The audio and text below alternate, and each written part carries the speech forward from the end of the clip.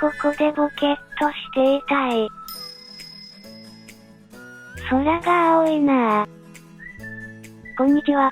個性的な住宅をご紹介する、ゆっくり不動産です。いつものように物件資料をペラペラと眺めていて、な物件を見つけてしまいました。今回は、ゴリゴリのデザイナーズ新築物件。外観写真を見て、これはデザイナーズの中のデザイナーズ映え。と思ったのですが、写真で見てもすごい存在感。で、このジグザグ何？稲妻やないかい。壁が青いなぁ。いや、窓の形やら、バルコニーの雰囲気やら、個性的な匂いがプンプンしますね。ということで、今回は東京都世田谷区にやってきております。いや、川沿いの公園ということもあって、開放感あるなぁ。真夏ということもあり、奇跡的に今は誰もいませんが、春や秋口の季節になると人手が多くなる人気スポットのようです。春は川沿いに桜が満開になるのでお花見で集まるもよし。読書の秋には川沿いで長編小説を読みふけるなんてのも最高じゃないですか。で、今回はこののどかな場所にゴリゴリのデザイナーズ物件が誕生したとのことで、久しぶりのデザイナーズ物件の内見にワクワクしております。早速物件へと行ってみましょう。とその前にお知らせです。チャンネル開設してから約2年、多くの視聴者様に応援をいただき、ついに、動画公開200回目を迎えることができました。いつも本当にありがとうございます。で、つい先日公開した、青空と暮らす注文住宅でも頭出しさせていただいておりましたが、この度新企画が決まったので、この場を借りて発表したいと思います。今回の企画は、ゆっくり不動産全国制覇企画。今までも個性的な物件を求めて遠征には行っていたのですが、今回の記念を祝して1年ほどかけて47都道府県を回ってみようかなと思います。ちなみに今まで上陸したことがある地域はこちら。福岡から始まり、東京、沖縄、千葉、神奈川、大阪、兵庫、群馬、長野、と徐々にエリアを拡大しつつ個性的な物件をご紹介させていただきました。いやー、こうやってみると今までの軌跡が分かって感慨深いなぁ。で、直近ではこちらの4エリアへ新たに進出しようかと思っているところです。北は北海道、福島、栃木、奈良、北海道はコメント欄でも多くのご要望をいただいていたので、ようやく上陸できるのが僕も楽しみで仕方ありません。今まで以上に物件資料をペラペラしていく予定ですが、視聴者の皆さんからの情報提供も随時受け付けております。ぜひコメント欄や DM で日本中の個性的な物件を教えてくださいね。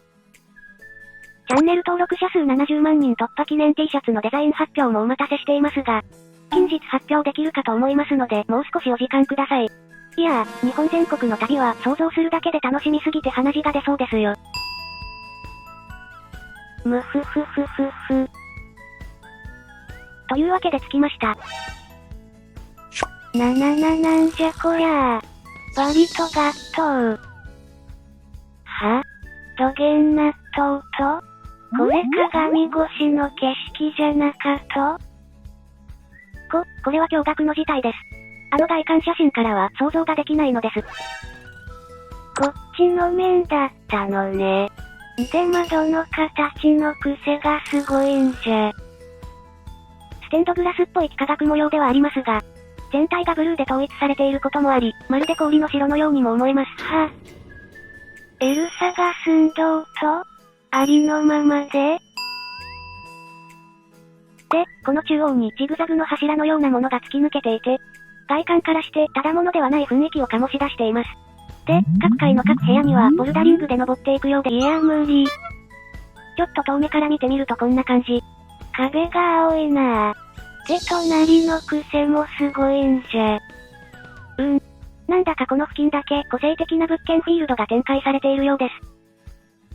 はい、反対側も見ていきましょう。窓の形の癖がすごいんじゃ。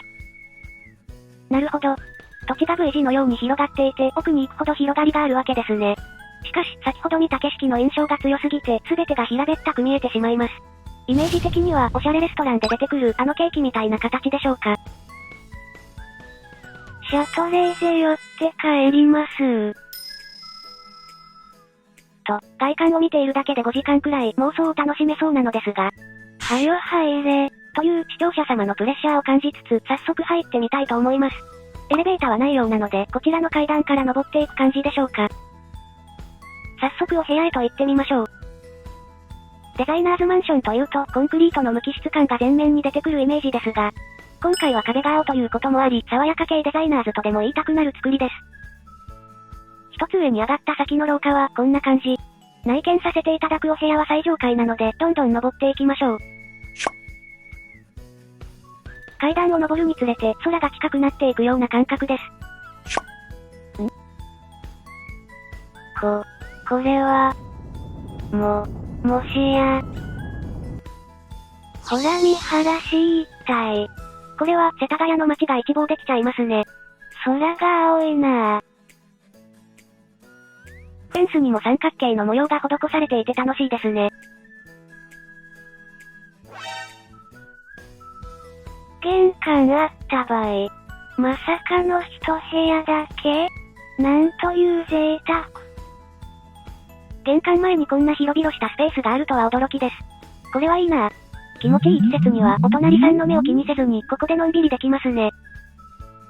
そうそう。今日は2部屋を見させていただけるとのことで、室内がどのようになっているのか楽しみでなりません。まずは1部屋目を見させていただきましょう。室内は約26平米のワンルームのようですが。天井が斜め。土間はブラックなタイル張りで引き締まった印象。外壁のブルーから一転してモノトーンなかっこよさがありますね。で、玄関入ったら、いきなりキッチン。でめっちゃスタイリッシュ。こちらが冷蔵庫スペースですね。手前がシンクでお隣が作業スペース。奥にはまるでタブレット端末のような薄型の IH 式コンロがありました。キッチン下収納はスケルトンになっていて、調理器具の出し入れが便利そう。ここから玄関側を見てみるとこんな感じ。玄関の形の癖がすごいんじゃ。外から入ってきた時に何とも思わなかったあたり、すでに感覚がバグっていたようです。あ、鏡の裏も収納になっていました。続いて奥へと進んでいきましょう。キッチン横に扉がありますね。こちらは、洗濯機スペースでした。避難器具も設置済み。なるほど。ここに住むのがボルダリングができる人とは限りませんからね。最上階に住んでいてもこれがあれば安心です。部屋の形の癖がすごいんじゃ。これは普通な部分を探す方が難しいかもしれません。一旦落ち着いて手前の扉から見ていきましょう。こちらは、トイレでした。窓の形の癖。何度見ても突っ込まずにはいられません。外観から見えていた景色だとあの辺りでしょうか。トイレは新品ピカピカで、黒の P タイルとの相性もいいですね。トイレの向かい側はカーテンで仕切られていますが。なんと浴室。で風呂がスケスケ。いやカーテンの意味。すごい。バスタブが寸分の狂いなく埋まってるシンプルな作り。タイルも真っ白で清潔感が半端ないです。シャワーもしっかりついていますね。お邪魔します。いや完全にスケスケ。ちなみにこちらにはカーテンはついていません。いやさっきのカーテンの意味。ちなみに入浴竜はこんな感じ。緑が癒しやねー。窓の癖がすごかー。ということで水回りは以上でしょうか。いやー、めちゃめちゃコンクリーティだな。これは以前内見した、階段すぎる集合住宅の室内を思い出しますよ。で、続いて居室スペースですね。割とガットー。かなりの変形スペースなので家具レイアウトの難易度は高めですが、好きな方であれば妄想がはかどりそうですね。こちらには床下コンセント。今気づいちゃったんですけどね。お風呂からテレビが見れるったい。ここまでガラスなら普通にリモコン操作も効きそうですね。続いて部屋の隅っこにある三角コーナー。普段なら落ち込んだ時用の体育座りスポットで決まりというところですが、なぜかここだけめちゃくちゃ日当たりがいいので、ちょっとどうなんでしょう。いやー、なかなかの個性派物件ではありますが、住める人にとっては今しか住めないレアな物件とも言えるかもしれません。何せ結婚したり家族ができたりしたら、なかなかこういう住宅の選択肢はないですからね。ここに住んだら、うちのマンション、エルサっぽいんだよね。はぁ？みたいな会話が幾度となくありそうですね。建物の外観デザインもさることながら、コンクリーティーな室内に不思議な形の窓たち、完全スケスケなお風呂。人生の面白い1ページを彩ってくれるであろうことは間違いありません。とんがってるねー。続いて最後がこちらの扉でしょうか。ドット柄がモザイクのようにも見えるし、不思議な形の先に切り取られている風景たちが素敵ですね。なんじゃこりゃー。何この景色。まさかの河川敷ビュー。空が青いなぁ。雲が白いなぁ。あちらは武蔵小杉エリアですね。いやー、これはいい眺めじゃないですか。東京でこの眺望が手に入るなんて驚きです。これは将来の都市計画がどうなろうと。空が青いなぁ。やり放題な眺望が約束されていますね。ちなみにこのバルコニーは南西側を向いているので、夕方には綺麗なサンセットが楽しめちゃうはずです。バルコニー自体はこんな感じ。手すりがあるもののややスリリングなので寝起きや酔っ払い時は注意です。春や秋口なんかは風が気持ちいいので、窓を開けっぱなしにして居室とのつながりを持たせるのもいいかもしれませんね。ということで以上が一部屋目の全容です。改めましてこちらが間取りです。階段を登って最上階に着くと広々としたアプローチがお出迎え。外観と空の色が同化していて、空が青いなぁ。するにはうってつけな玄関でした。玄関ドアを開けるといきなりキッチンな作り。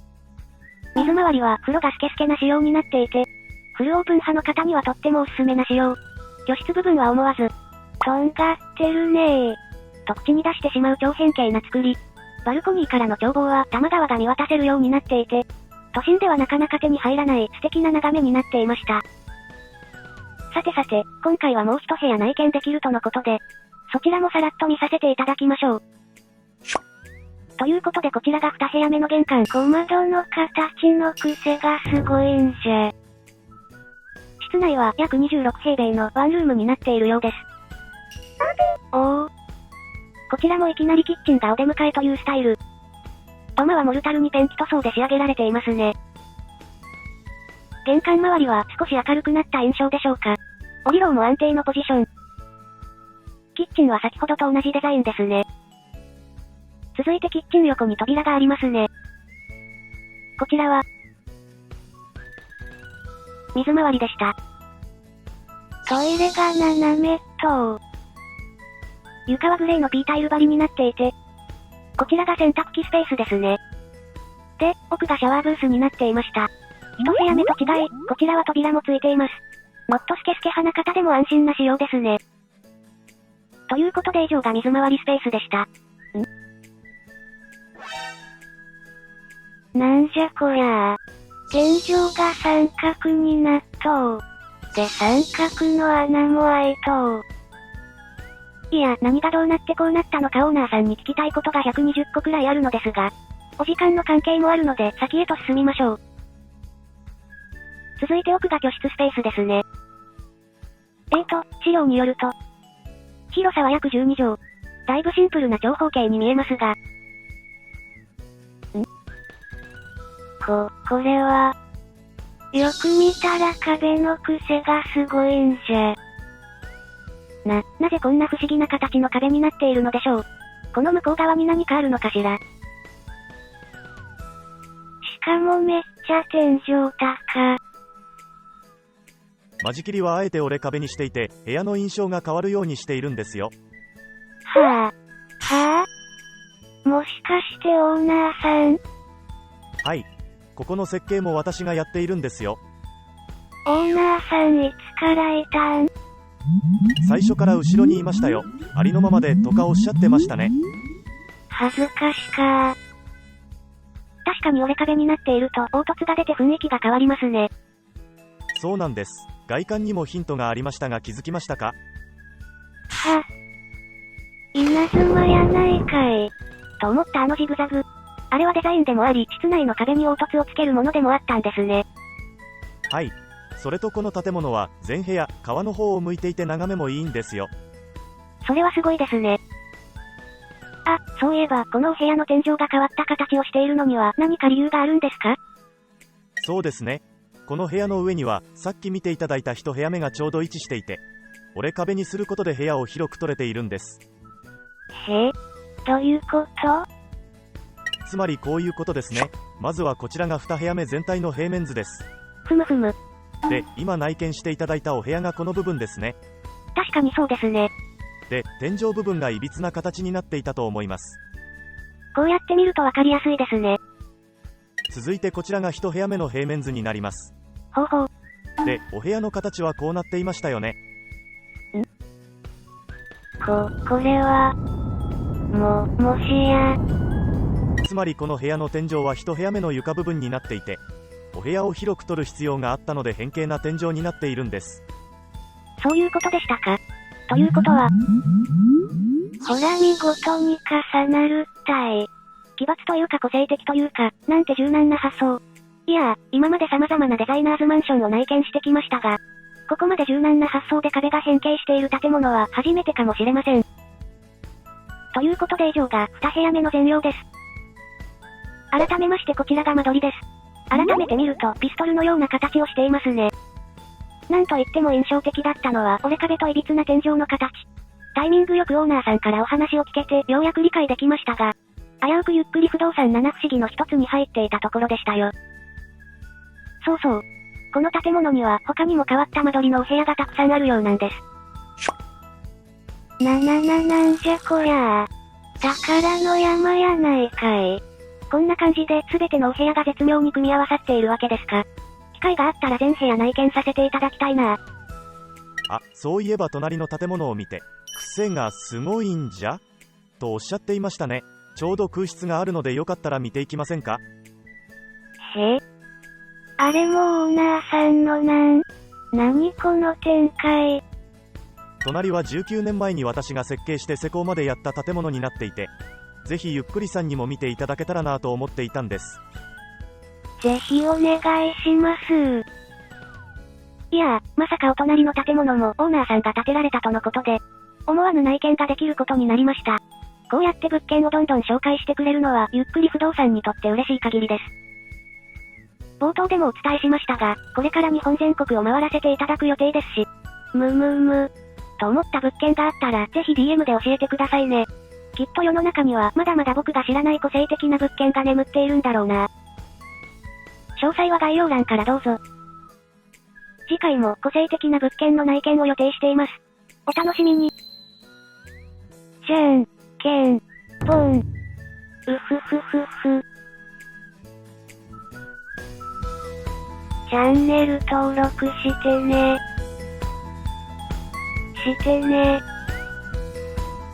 しとると？そうね。グッドボタンもしたと？ありがとねー。